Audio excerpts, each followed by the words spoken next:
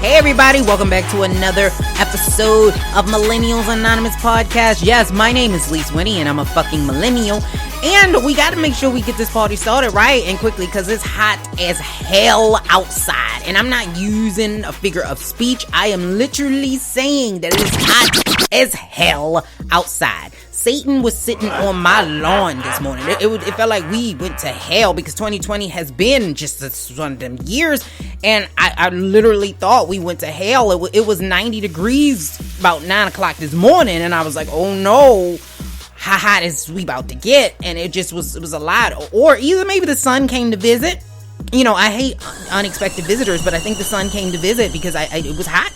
It was hot. I really feel like we was living in the equator, and I live in the northeast, I guess you could say. I don't know. Nobody claims us north or south. I don't know where we live at. I don't know. But somewhere in that area, we live over there. So it's hot. So we got to get this party started, okay? But before I can do that, I got to give a big shout out to my homies. So shout out to Brunchin, the podcast. Please like and subscribe if you haven't already done that. And big shout out to The Guru for holding down the house, E. Digger and Ashley, the cannabis nerds. We had 2 guests on, 2 small business owners, 2 black business owners, women business owners that came on, and they graced us with their presence. Make sure you like and subscribe to Eyecatcher on Instagram and also go to her website. If you are in the wellness space, she has plenty of different services that she can provide to you. So make sure you shout her out and go look her up. And then Miss Dolores Hicks, who is a registered insurance agent in, I believe, Maryland, DC, and Virginia. So shout her out because we were trying to have her on, but her phone didn't like me. Her internet didn't like me, and it just wasn't connecting to me. And so we couldn't get the information out, but we'll have her back eventually so that we can get that information to you all out there in the world because it is some valid information. So I definitely want to make sure that we have that information and we give that information out there. So shout out to all the people that were on Brunchin and liked, subscribed, watched, commented, all of that. So shout out to all of you guys. But because it is hot than a mother sucker, we gonna get these top 10 trending topics of the week rolling off because it's been a hell of a week. This week has been a long ass week. It's been a week. So let's see all the things that have happened since we last spoke. So let's get these trending topics off.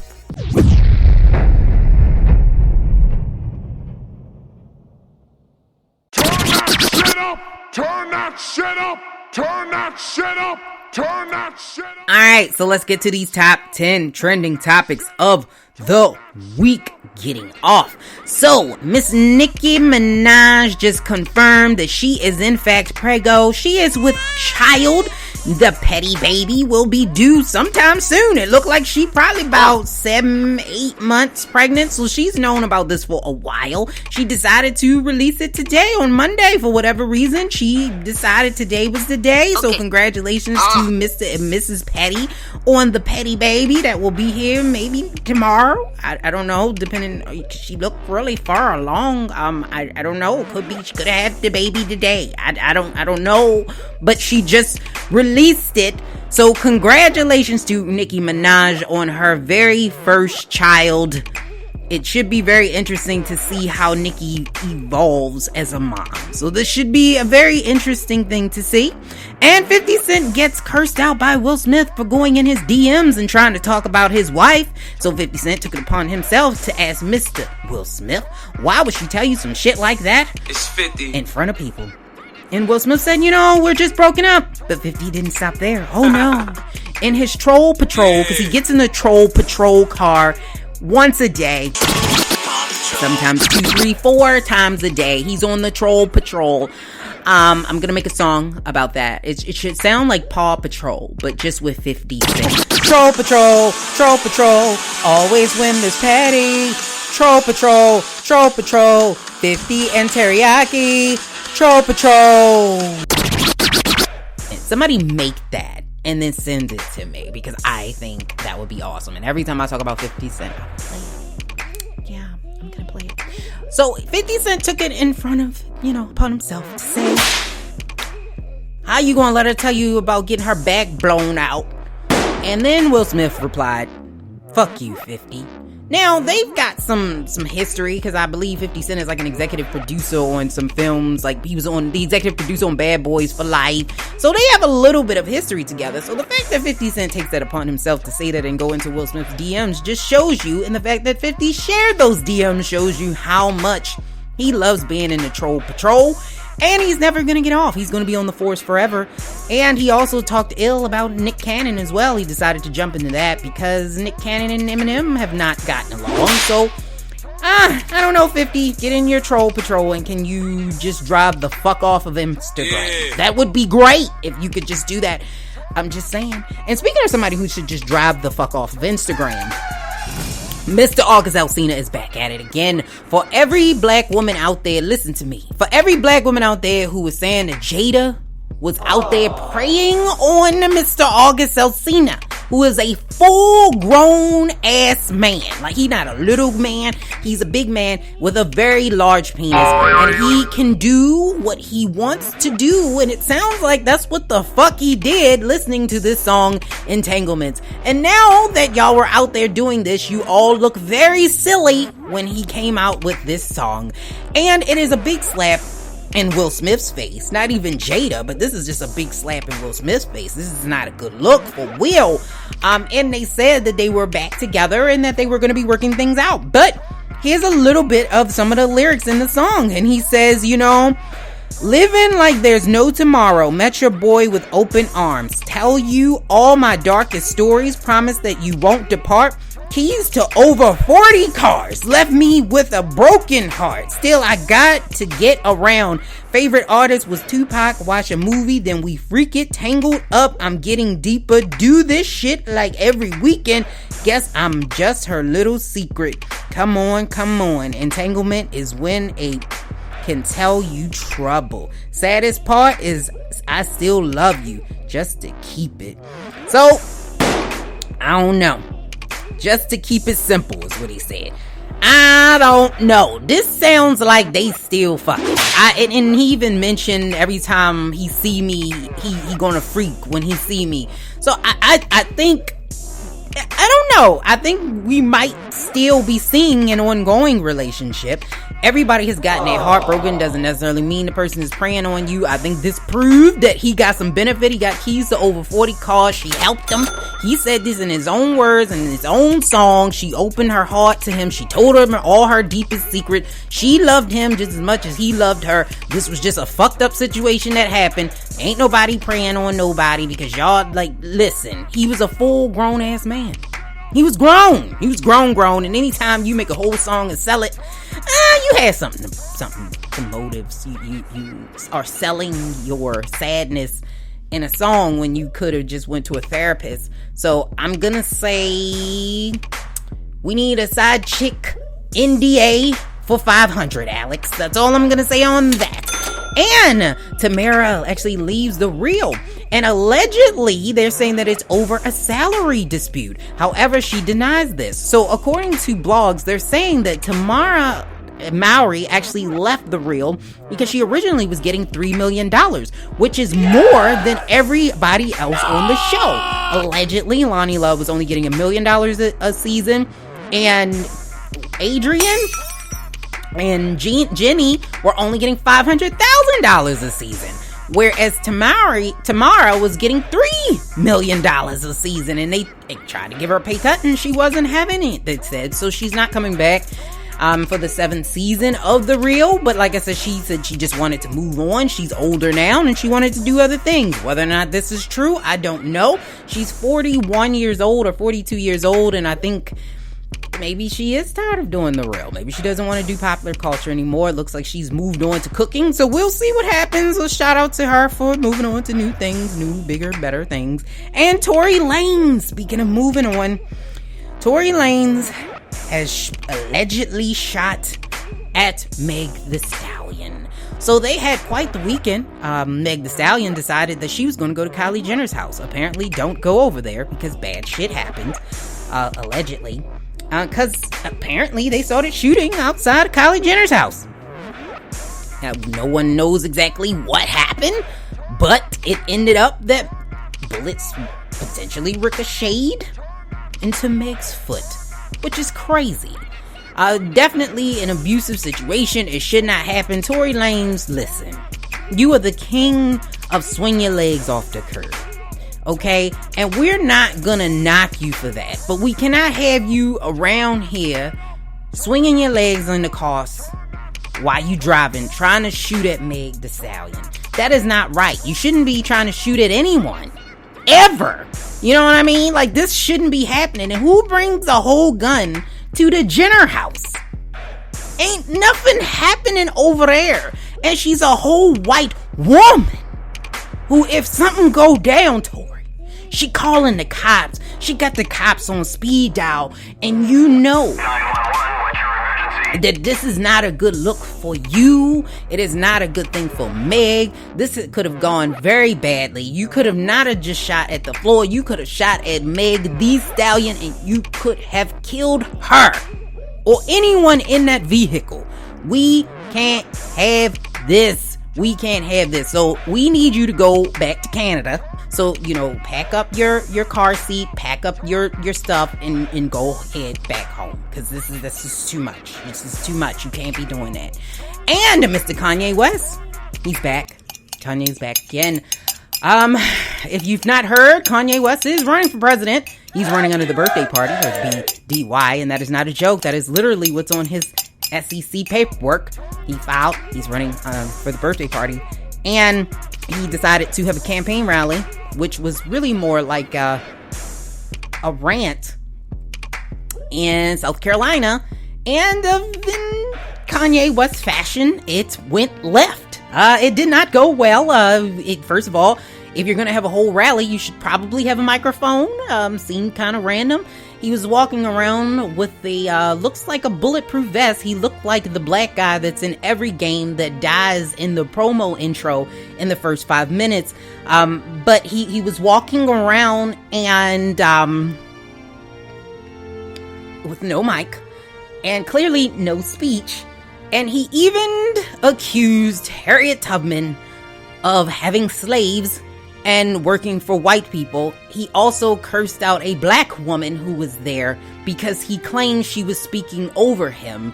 He continued to also say that he did not want to give, and he hoped he didn't give Kim Kardashian an abortion.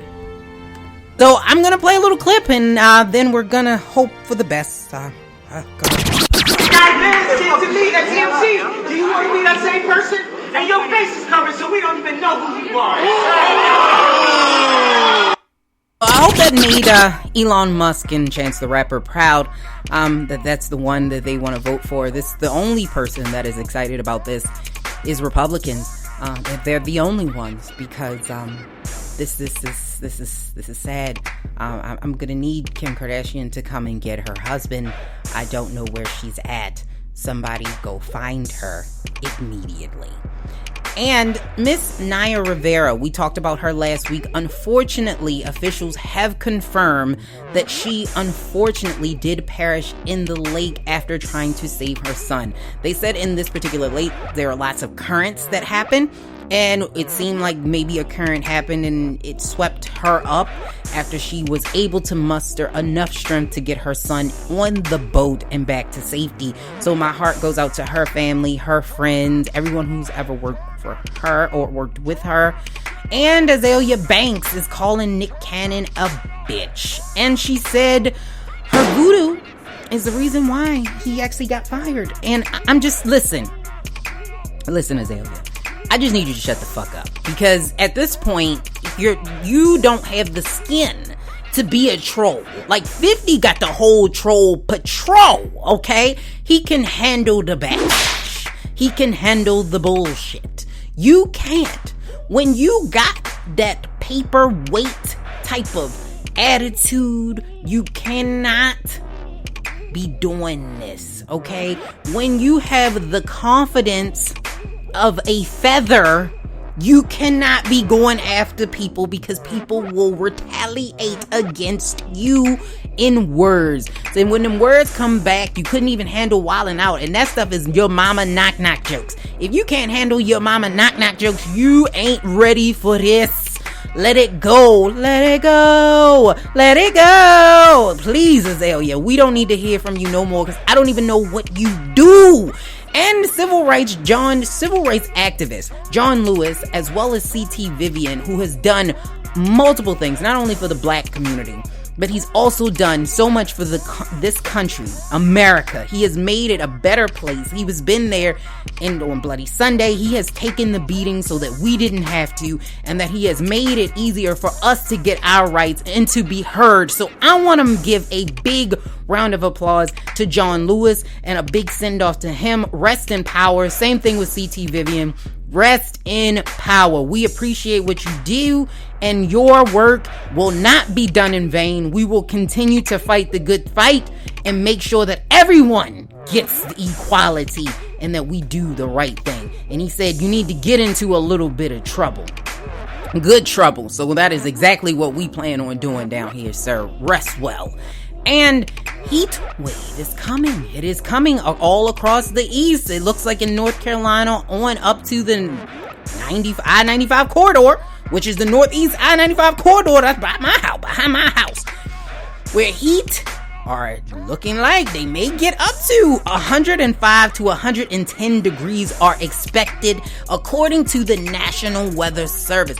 That is melt jaw split flops heat. Okay.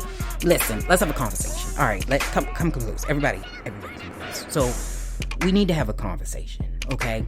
So, it's hot, okay? It's not even real. It's more than hot. This is hell heat. Hellboy is outside. This hot. This heat hot. I need for all of y'all who got kids, throw them plastic fucking shoes away, because the little babies are gonna be walking and it's gonna be just melting, okay? If any of y'all got plastic clothes, I've seen it. Take that shit and throw it away, okay? We don't need you outside looking like you got paint on y'all. Like you was like, oh, they body painting. We don't need that.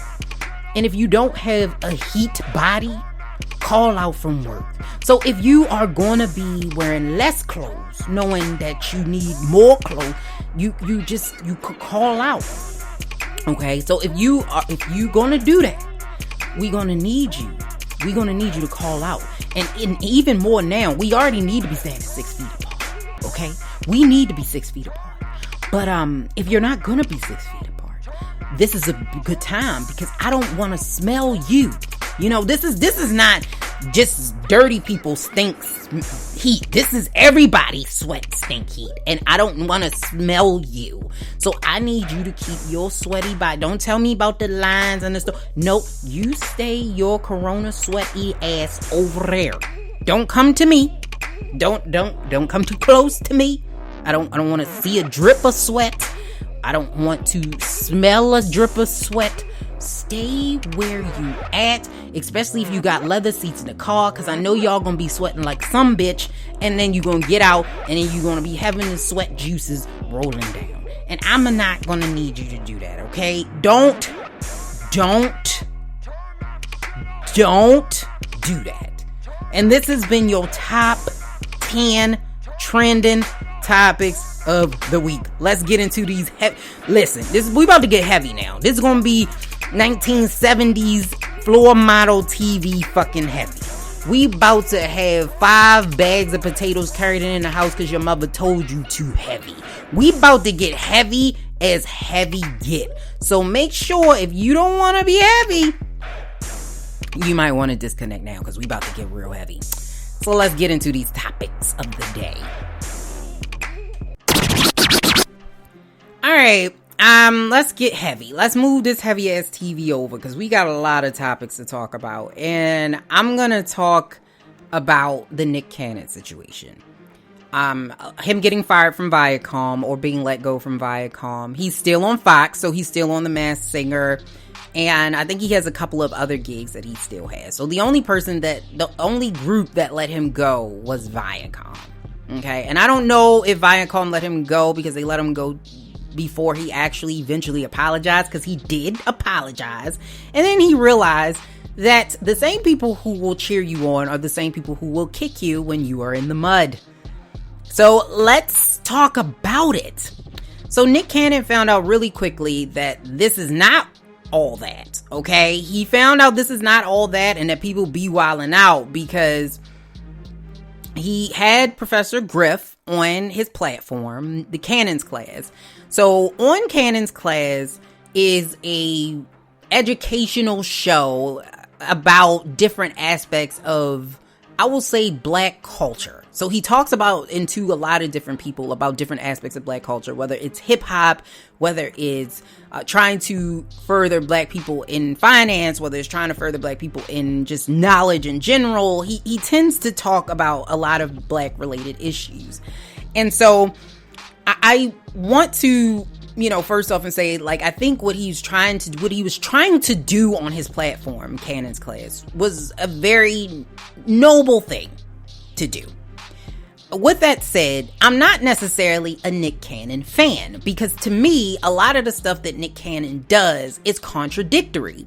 And this is why I believe that us as black people and people in general need to find out more information about the people that we listen to. We tend to just go with people who have a platform because we feel like they're already verified. If you got a blue check mark next to your name, we automatically go with whatever it is that you say, even if it is absolute batshit crazy. And that is why people like Kanye West actually still are having people that are showing up to a rally or going to support him and openly say that I'm going to support somebody that says I know absolutely nothing about politics and wanted to make Charlemagne the God his Secretary of State, allegedly, when he knows absolutely nothing about foreign policy. So these are different things that happen when you have a platform. And I feel like my personal opinion is that Nick Cannon is not the best messenger for these messages. So stay tuned for these messages because he ain't it. And this is why when people got so upset, right, about what he said and then they got mad that he apologized for it. You've got to realize who you are dealing with. Nick Cannon is also the same person that has said on this very same platform to a Muslim man who is a part of the Nation of Islam, who is also a social media influencer himself, that white women are a status symbol. And if you are a black man who gets money because your grandfather and father couldn't have a white woman, go get you a white woman and don't get a black woman, because a black woman is not a status symbol. They don't give you that elevated level of status. And it's same man who also, as far as I don't know if he's been with a woman that necessarily looks like him. I could be completely wrong, but as far as I know. So for somebody to be that person giving you this type of information seems a little ass backwards. This is also the same man that has a platform that uses women as props, specifically to get attention from younger male viewers to watch his show. On Wild 'N Out, none of those models do anything. They are simply there for props. I don't know if we can take this information from a guy who's kind of borderline misogynistic and kind of, I like black women, but they not really the type of status symbol. Like what he said on that platform is really no different from what 50 Cent said, and people jumped on him. Like we cannot do this. Plus, Nick Cannon doesn't have a track record to prove that this is in fact the area of his expertise. I'm just saying, like, we need to find out more about Cannon's Class. Who is Mr. Cannon and where did he get his degree from before we start just sitting down and taking this information like this is black people 503. Like, we need to figure out who the fuck is Nick Cannon and where the fuck does Nicholas Scott Cannon come from? What information does he give us that he is the one that should be giving us this information? Just saying. Okay? Because everybody just ate this up, especially black people. They ate it up like it was just the best types of baby food you could ever have. They ate it up real fast because the information that he gave was beneficial to black people without us realizing that, man, this could really be hurtful to somebody else. And I'm in that boat because when I first listened to the first 5 to 10 minutes of it, I was like, I don't hear it. I don't hear it. I don't hear the anti-Semitism in this. I don't hear that he's specifically calling out. And it's because he used things like I'm not trying to be racist. I'm not being anti-Semitic. And so we just kind of like, oh, well, if he said it's not racist, it's not racist. You know, it is what it is. But Mr. Charlemagne, who I just referenced with the Kanye West stuff, said something that was very true. First of all, he said that he should have had this conversation with a rabbi or a person who knew Jewish history so that he could call him on anything that was BS. And then 2, you can't tell another group what is hurtful to them. Like a white person telling you that, oh, that's not racist, which happens a lot. We get upset by that. I was like, how can you tell me that that's not racist, or that word is not racist, or this Confederate flag is not a symbol of racism or hatred? How can you tell me that? How can you tell me that having all these slave owner statues around here is not hurtful to me and my ancestors because they were the ones that had to face the brutality of this? How can you tell me that? How can you tell me that didn't do nothing is not a racist slur to me? We didn't think about any of that. We just went with it because he was saying something that we wanted to hear so bad. And it was that we have value. And if he would have said it in a way that he was saying that black people have value without putting down another whole race of people, he would have been cool. And it's a way to do it because he's done it. He's had these conversations on this show. He's done it. So we're not going to sit here and pretend like he can't do it. He can.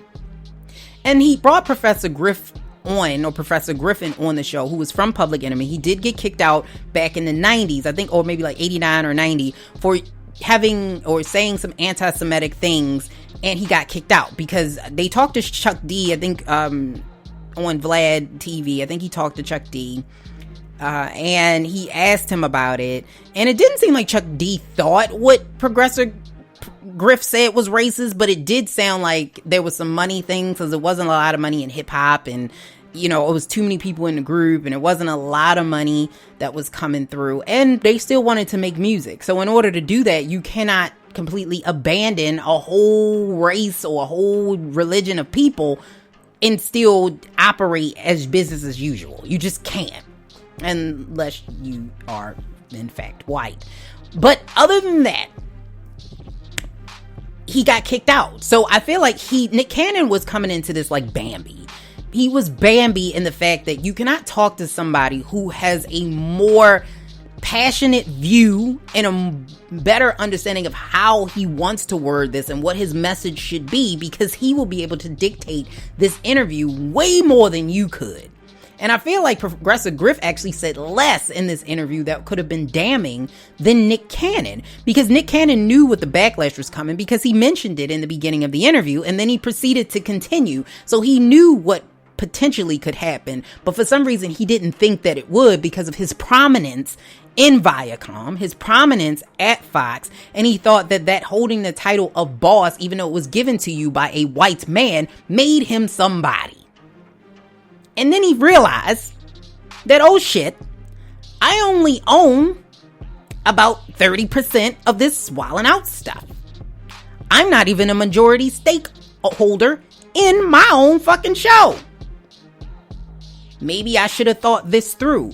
And sitting down and being Bambi, and I was trying to prove to him that I believe so much in what he was saying, and that I wanted to be so woke, and I wanted to use these big words, and I wanted to use these really crazy theories so that I would get the shock value, and it backfired.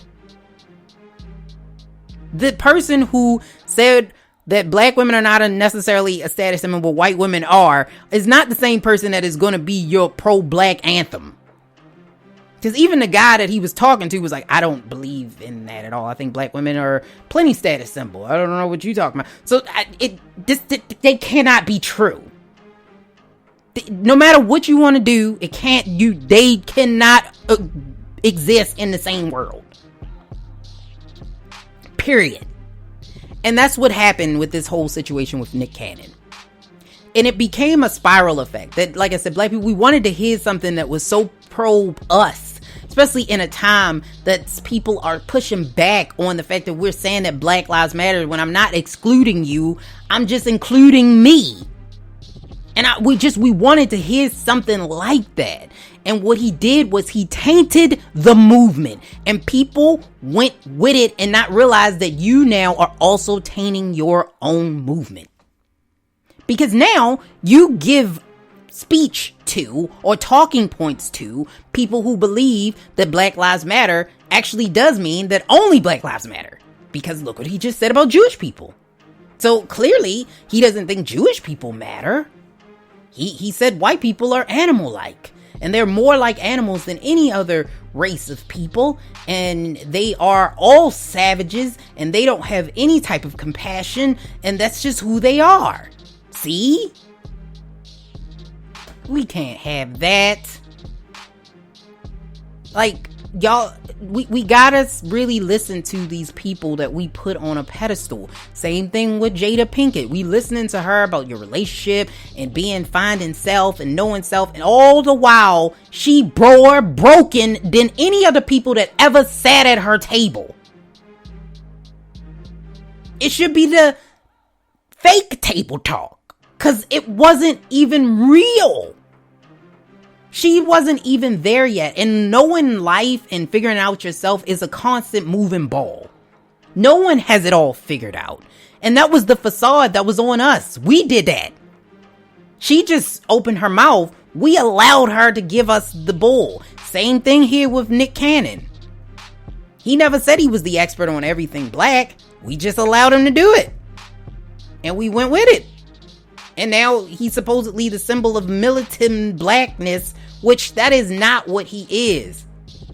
He is still the dude from all that. That is still him. He is still the guy that walks around with $2 million diamond shoes. In a world where you are saying the fake dollar, you cannot also worship that dollar. And he does.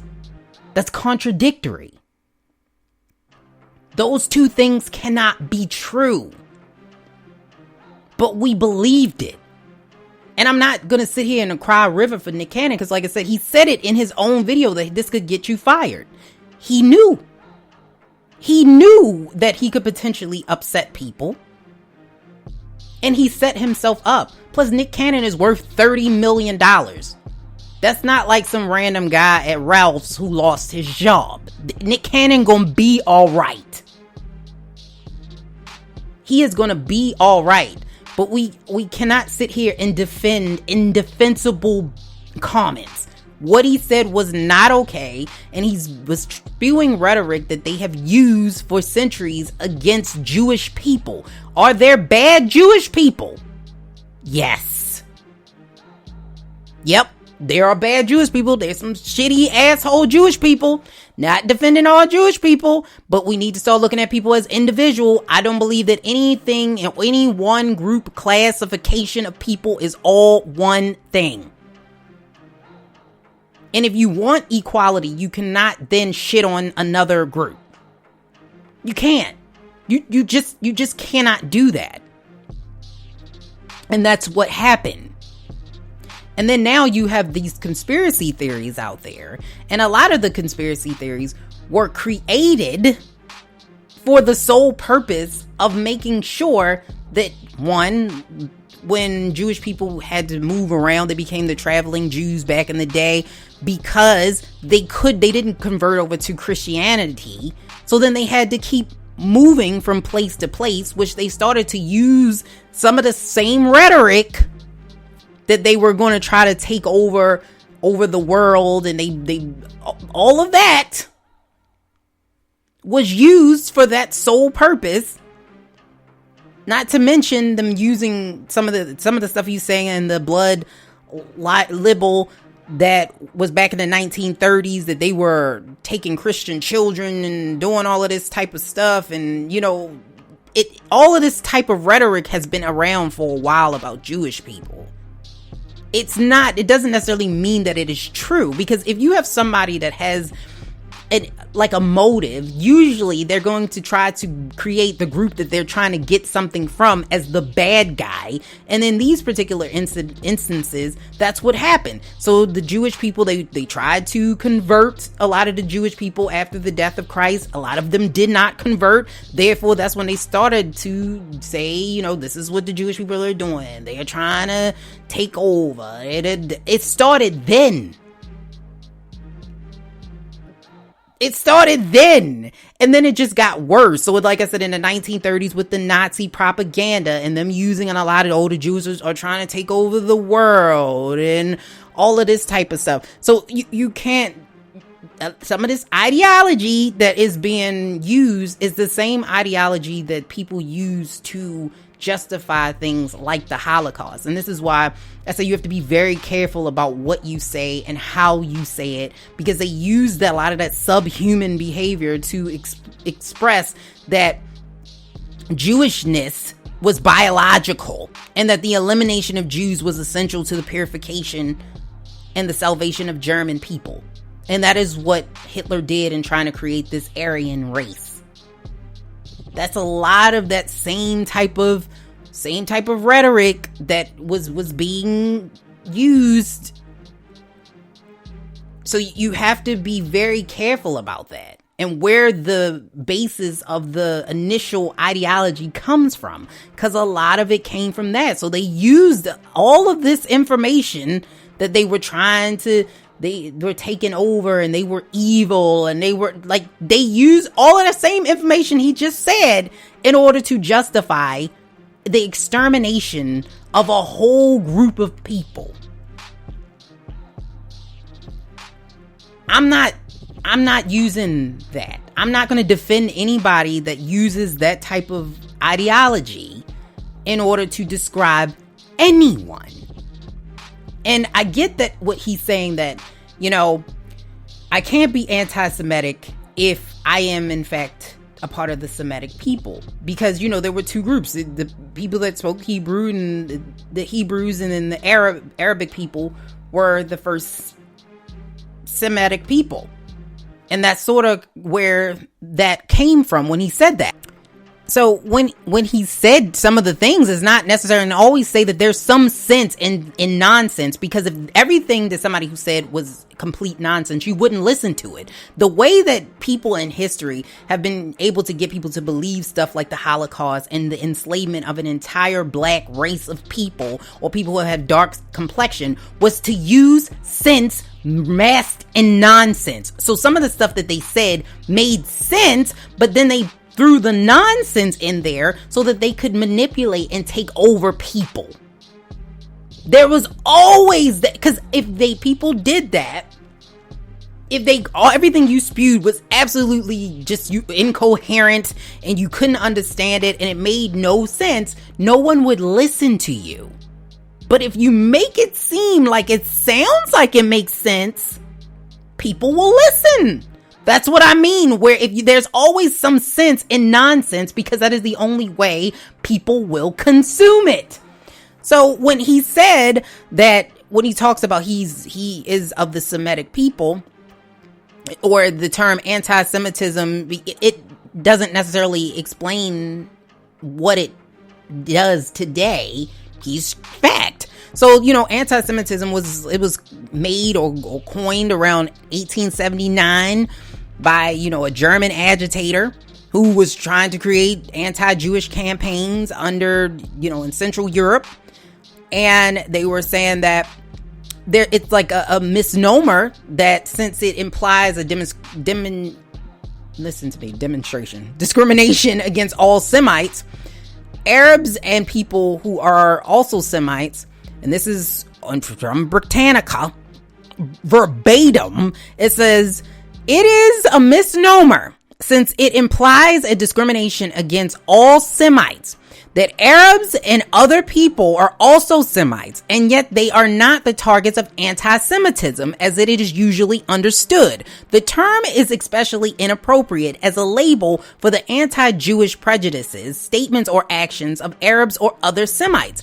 Nazis' anti-Semitism, which culminated during the Holocaust or in the Holocaust, had a racist dimension in that it targeted Jews because of the supposed biological characteristics, even those who had themselves converted to other religions or whose parents were converts. This variety of anti-Jewish racism dates only to the emergence of so-called scientific racism in the 19th century and is different in the nature from earlier anti-Jewish prejudices. So he is fact that term has been used when it in places where it necessarily shouldn't. But the issue is not necessarily that you are not necessarily anti-Semitic. It's that what you said was still hurtful against a whole group of people. So we're focusing on the label of it and not necessarily that what he said was hurtful. We can't do that either. We just can't. You can't tell somebody else what is hurtful. And I feel like that's what happened. As black people, we went, oh, well, they got everything. You know, Jewish people are in power. They own everything. They're fine. It's nothing. You can't tell somebody what is hurtful. I get it. We black people have always been at the bottom. We always been at the bottom. So I get it. But at the same time, we cannot sit here and also do the same thing that we don't want done to us. I don't want to be like them. I want to be better than them. I don't want to sit where they sit. I want to sit somewhere better than they sat. And I truly believe that if we work together as minorities, so that's we need, and this is another thing that Charlamagne said that I agree with, we need them in our movement. And a lot of times when you look at the movement that happened, even with the civil rights movement, people like Bernie Sanders, who in fact is Jewish, was there. We had a lot of those rabbis that were there. The 3 guys that got killed, it was 1 black guy and 2 white guys. I believe the 2 of them were Jewish. They were there. Like we cannot sit here and pretend like all Jewish people are bad people. We can't do that. Are there bad people? Yeah. Are all Jewish people bad people? No. So if you're defending Nick Cannon, I would implore you to take some time and figure out, why do I support Nick Cannon? Why do I believe that what he said could not necessarily be construed as hateful to other people, when in fact, if it were reversed and somebody said that about us, we wouldn't like it? Because something like that has been said about us. It wasn't good when they said it. So we shouldn't be saying it back. We just shouldn't. And stop listening to a man whose ex-wife that he was gonna go to bat for is half white, which makes his children a quarter white, and he's calling white people innately evil when he has a person that he truly loved. Who was partially white, and he absolutely loves his children. We can't do this.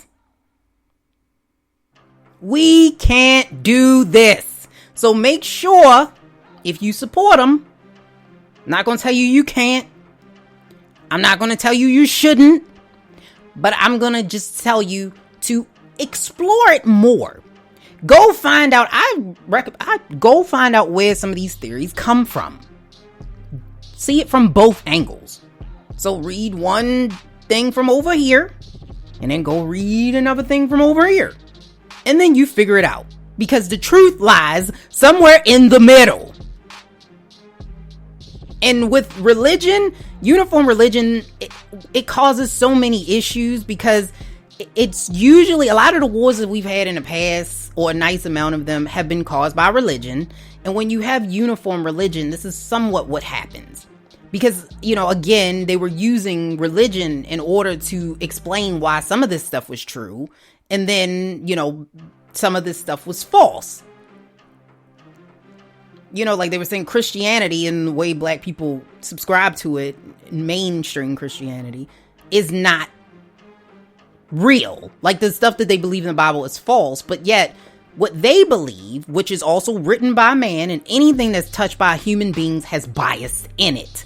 And of course, when you translate it from Hebrew to another language, and then eventually to English, you lose stuff, because in languages, there's Hebrew, as far as I know, there may be certain things that don't translate over to English.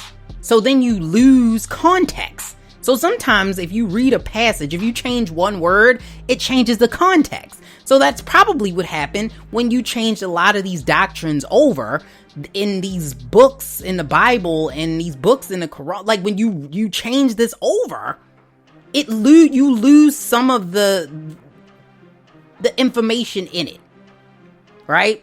So you got to pay attention to that too. You have to pay attention to that too.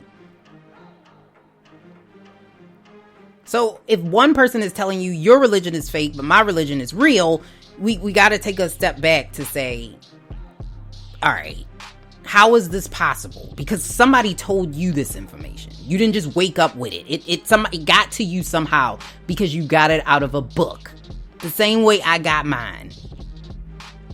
So we are starting to break up the African American community within subsets, and we can't afford to do that. It's not enough of us as it is. We cannot afford to do that. That's why we need to have real long conversations, hard conversations with each other, because we say to white people all the time, we need to be willing to sit down and have these conversations about race. But I think also in the black community, we need to be willing to sit down and have these conversations about race. Like, we need to really be able to sit down and have these conversations about what's going on in our community. And right now, we are so fractured. We got to be able to fix it. What's going on in our community? We need to be able to talk about all the things that are going on.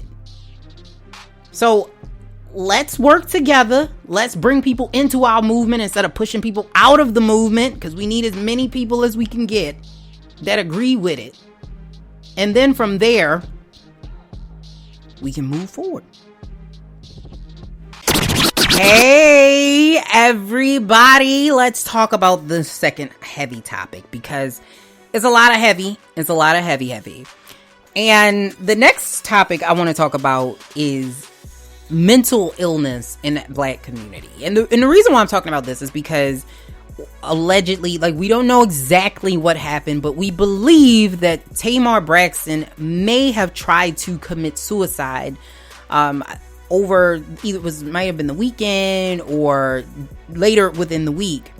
And so I heard a lot of people who didn't necessarily believe it. They was like, oh, not Tamar.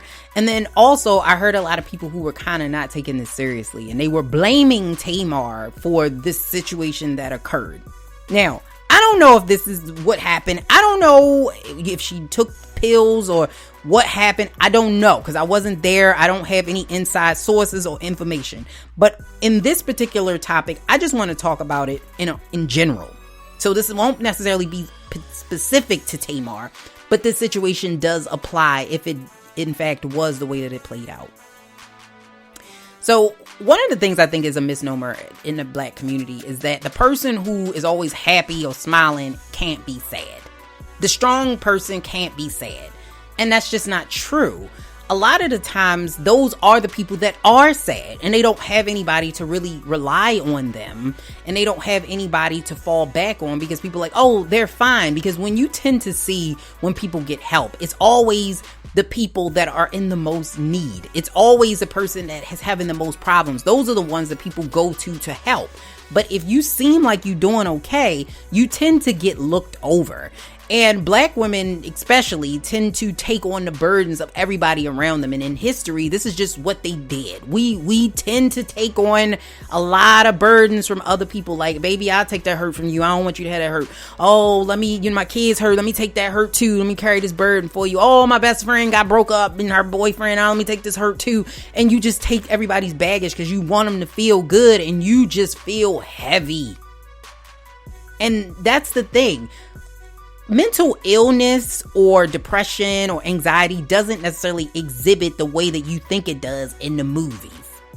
Like, if you are depressed, you might cry, But it might be something different. You might sleep more, or you might stop doing things that you otherwise liked.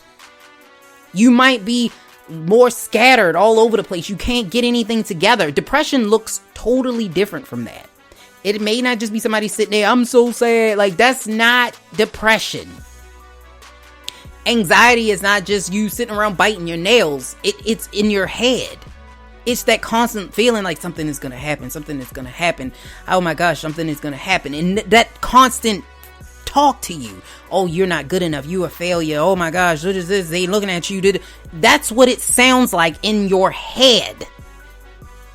You can't necessarily see that though. And so we get programmed to believe that is in fact true. And then I think also in the African American community, we rely so heavily on religion that we believe that, oh, just pray about it. That'll fix it. And in a lot of cases, that's not enough. Like you have to really be able to talk through it. And in some cases, it's actually a chemical imbalance that's causing some of this depression and anxiety. And no matter how much you pray, it's not going to make it go away. Like, you need something to help with the chemical imbalance. I think with the whole Tamar situation that, people were saying like she felt like a villain, and even like talking to like the guru and stuff, he said, well, she is a villain. And I was like, imagine being a person, a whole person, and you going around and people that ain't never met you are calling you a villain, or, oh, she always feels like she's never at fault. Imagine you ain't never met me and you're taking this information based off of a reality show that we know is scripted. They got go pull up any reality show, anyone. I don't care if it's the fucking Kardashians. I don't care if it's Love and Hip Hop. You will see writers. Why the fuck do you need a writer on a reality show? This stuff is made, baby.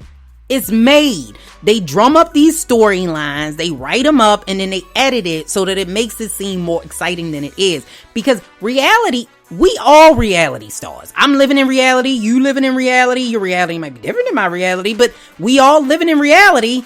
We're all reality stars. What the fuck is a reality star? So in order for you to create reality that people are going to consume every week, you got to make it exciting. You have to have somebody that people don't like. You got to have people going to dinner, shaking tables. Like that's how you do. You got to constantly have arguments. You got to have people that never met each other fighting over something that they don't even know why they fighting. Like, this is how it works. This is how the game is played. And that would play heavy on your psyche. And sometimes you take a job and think, oh, this won't be bad. Oh, it's fine. And then you get in it and realize, oh shit, this is bigger than I thought it was. This pressure of being the bad guy is weighing on me heavier than I thought it could. And we don't know if she has any types of mental illness either. Because growing up, having people around me that have experienced mental illness, and growing up having anxiety and depression myself, I understand how that feels. Sometimes having anxiety and depression, it can come off as anger, because that's the only way you know how to get out your pain. I'm upset and I have no idea how to release all of this pain that I have. I don't know, so I'm going to lash out at you in frustration, even though my anger is not necessarily for you. But I'm hurt and I'm sad and I'm scared and I have no idea how to fix it. And these are the types of things that happen in the Black community all the time. But we don't necessarily take this seriously because you can't see it. If you got a broken leg, I can see that your leg is broke. Okay, your leg broke. But if I'm telling you, I just don't feel right. You can't really, it's abstract. You can't really wrap your head around that. And in having somebody who recently, we believe she may have committed suicide, you just never know. You never know what people are going through. I've had family members, I didn't know them personally, but I've had people in my family who did commit suicide. I know people who've had people who committed suicide in their family. This is something that is very, very, very real. This happens all the time.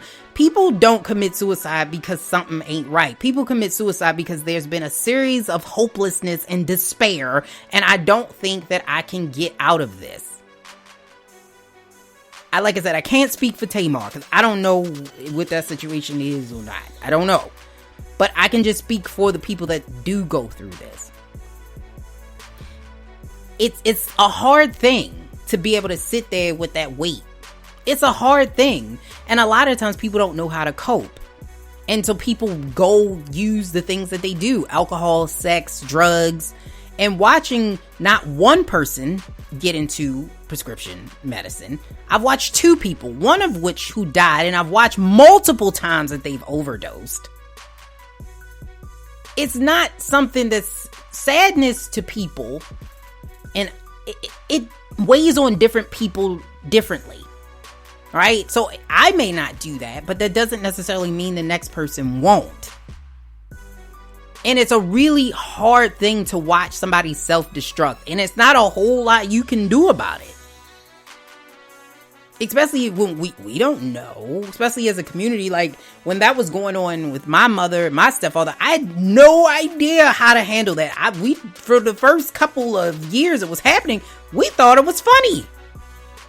To have somebody, they talking crazy out of their head and they, sleeping and food and all that. Like, we, as a teen, like, I was a kid. I had no idea how to take this. But I knew that my mother was going through a lot of stress. And so was my stepfather. The need and the feeling of, I'm not worthy. I just can't win. Like, I just can't get out of this. I feel like I'm doomed to be a failure forever. Like, that would weigh on anybody. And that's what happened. And so when I hear people talk ill about the situation, I'm like, yeah, I don't know. I can't say if this was put on for reality TV. I don't know, but I know people that are in this situation, and this is not a laughing matter. And you should never blame somebody for feeling that way, because a lot of times it's not just don't feel sad. It's beyond that. It's beyond I just stop feeling sad. Like, you don't think I would stop if I could? I've gotten to a point where I can't. As much as I want to, I can't. Like, stop being anxious. Oh, you don't think I tried? Trust me, I don't want to sit here and believe that this whole building is going to cave in. That's not what I want. Yeah, that's amazing to sit here and feel like you can't breathe. You physically feel like you're not breathing. Yes, I want to do that. And a lot of times when people are going through this, is people think it's an attention-seeking thing. Trust me, it's not. It's not. Because a lot of times when people go through that, they don't tell anybody. They just suffer in silence. Because they don't want what the hell is wrong with you? You must be crazy. And nobody wants to be put in that box. So my heart definitely goes out to her, because this is something that will change the trajectory of her career forever. This will change things forever. So this is not something that I would laugh about. I don't think this is funny. I don't think that we should be laughing at this. Like, I don't find amusement in this. And I think it's because I look at it from a different perspective. I look at it from a different vantage point. Being somebody that has anxiety and watching 2 people overdose. I've had a friend that actually tried to commit suicide, and and seeing other people in other people's family that have, and like, it's not something that I take lightly. So if this is in fact true with what happened with Tamar, I think we have to take it for its face value. And I think as a Black community, we need to invest more in mental health. And I know that people say, well, Americans in general don't. They don't. But I feel like in the African American community, we really stigmatize this. Like, oh, you crazy. We really stigmatize this. And we treat it as it's funny and all of that type of stuff. And it's not. This is very serious. And the same thing with Kanye West. Like, if Kanye West is truly bipolar, and the things that are happening and we're seeing, to me, I'm not a psychologist, but this seems like he going through something. It really does seem like he's going through something.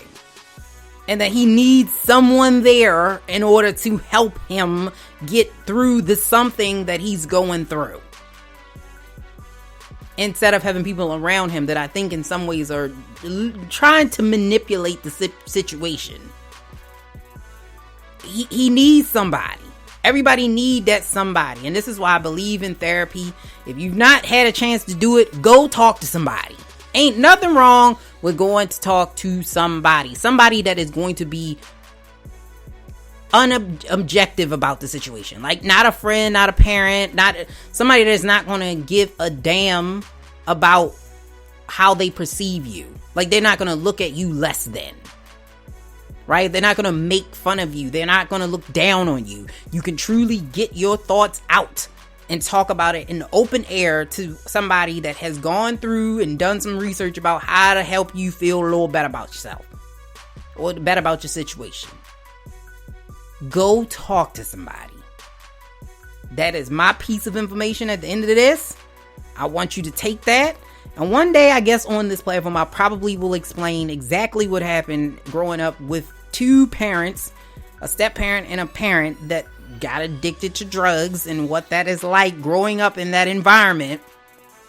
But until then, I want, if you got some stuff going on with you, go talk to somebody. And this is why making sure that we can access mental health professionals, just like a doctor, is so important. And as the African American community, we have so many hurts that have been passed down from generation upon generation upon generation. And that is why we still carry so much hurt. And not to mention that there's communities that we have in the African American, just in general, that have a lot of stuff that could almost be post-traumatic stress. To constantly see death, to constantly hear gunshots, to constantly see despair and hopelessness. That's a lot. And for years and years and years and years and years, we need to get our mental health together and to take it seriously. That's all I'm saying. Alright, this has been another episode of Millennialz Anonymous Podcast. Yes, it was a heavy episode, but I had to do it.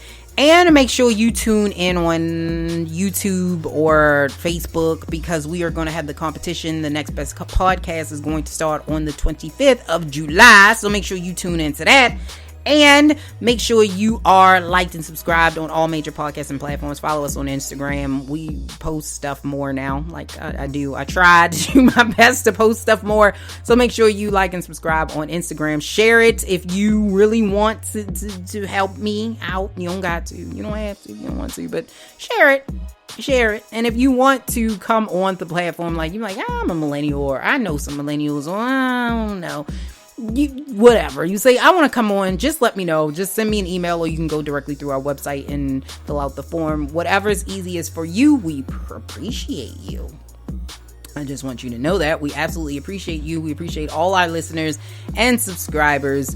We love you all. I want you to stay safe, because it's Rona out there and it's hot, so I don't need y'all passing out or having a heat stroke or anything like that. So make sure you hydrate, keep cool, stay safe, and make sure you love one another. That's all I got to say. But don't love some stranger in this corona, because you don't know if they got it. But, just love them from a distance. This is what I'm saying. But bye.